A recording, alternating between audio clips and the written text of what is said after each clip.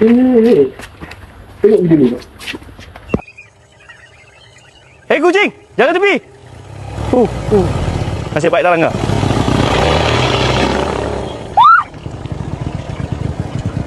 Hei rider, kenapa laju sangat nak bantai kucing ni? Dalam buat laju nak langgar kucing dia tu bang. Dah Rider, nampak kucing langgar dah mampus ke? Alah pakcik, saya ingat boleh elak. Ingat kalau langgar macam mana? Bodoh. Saya cakap elak pakcik, nampak nak marah sangat. Sebab bahaya, jangan degil. Aku tengok video ni. Aku tengok video ni 5 minit lepas kan. Video ni aku tengok masa ada ni lah. Ada seorang uncle tu dengan rider dia gaduh.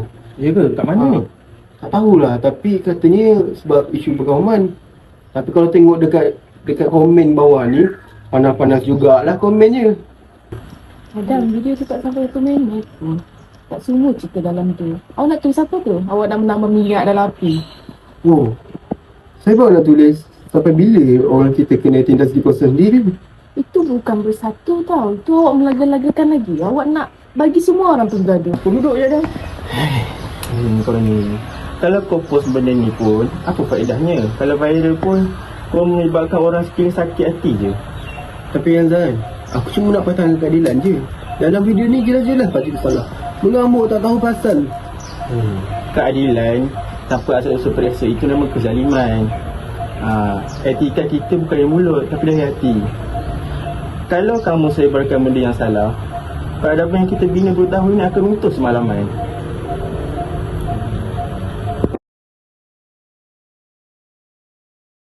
Weh Adam, kau nampak tak video yang viral kat taman tadi? Gila betul. Chong, aku baru nak share video tu. Kau ada kat sana kan? Yang pakcik tu racist kan? Racist apa kau ni? Tu Pakcik Salim ah. Dia marah abang tu sebab abang tu bawa motor laju-laju dekat depan sekolah, hampir terlanggar kucing. Tapi kan, aku tengok video tu, bukan dia orang berdua tu macam gaduh pasal lain ke? Sebab video tu kena potong lah. Aku yang rakam, tapi aku belum full upload lagi. Dah ada orang curi. Lepas tu dia orang letak lagu sedih-sedih bagi nampak macam isu perkauman. Tapi sebenarnya abang tu dah minta maaf kat pakcik tu. Lepas tu mereka dua siap peluk lagi kucing tu. Tengok ni. Hei kucing, jangan tepi. Nasib baik dah langgar.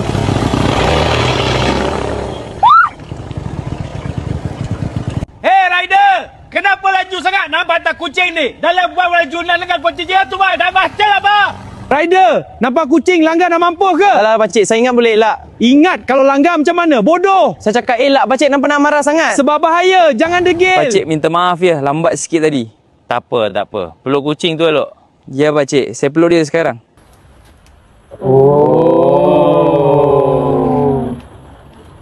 Sebab awak tak tekan-tekan share tadi Adam. Kenapa awak dah kerja gaduh sikit lama ni kan? Adam, dunia sekarang laju Adam. Tapi peradaban kita supaya berhenti sejenak Adam. Dia selamat, asalkan selamat hati, selamat budi. Aku minta maaf. Lepas ni aku nak upload balik video full yang Chong record tadi tu. Aku nak buat tajuk Kucing Satukan Kita. Boleh kan? Boleh? Tu baru tindakan yang beretika.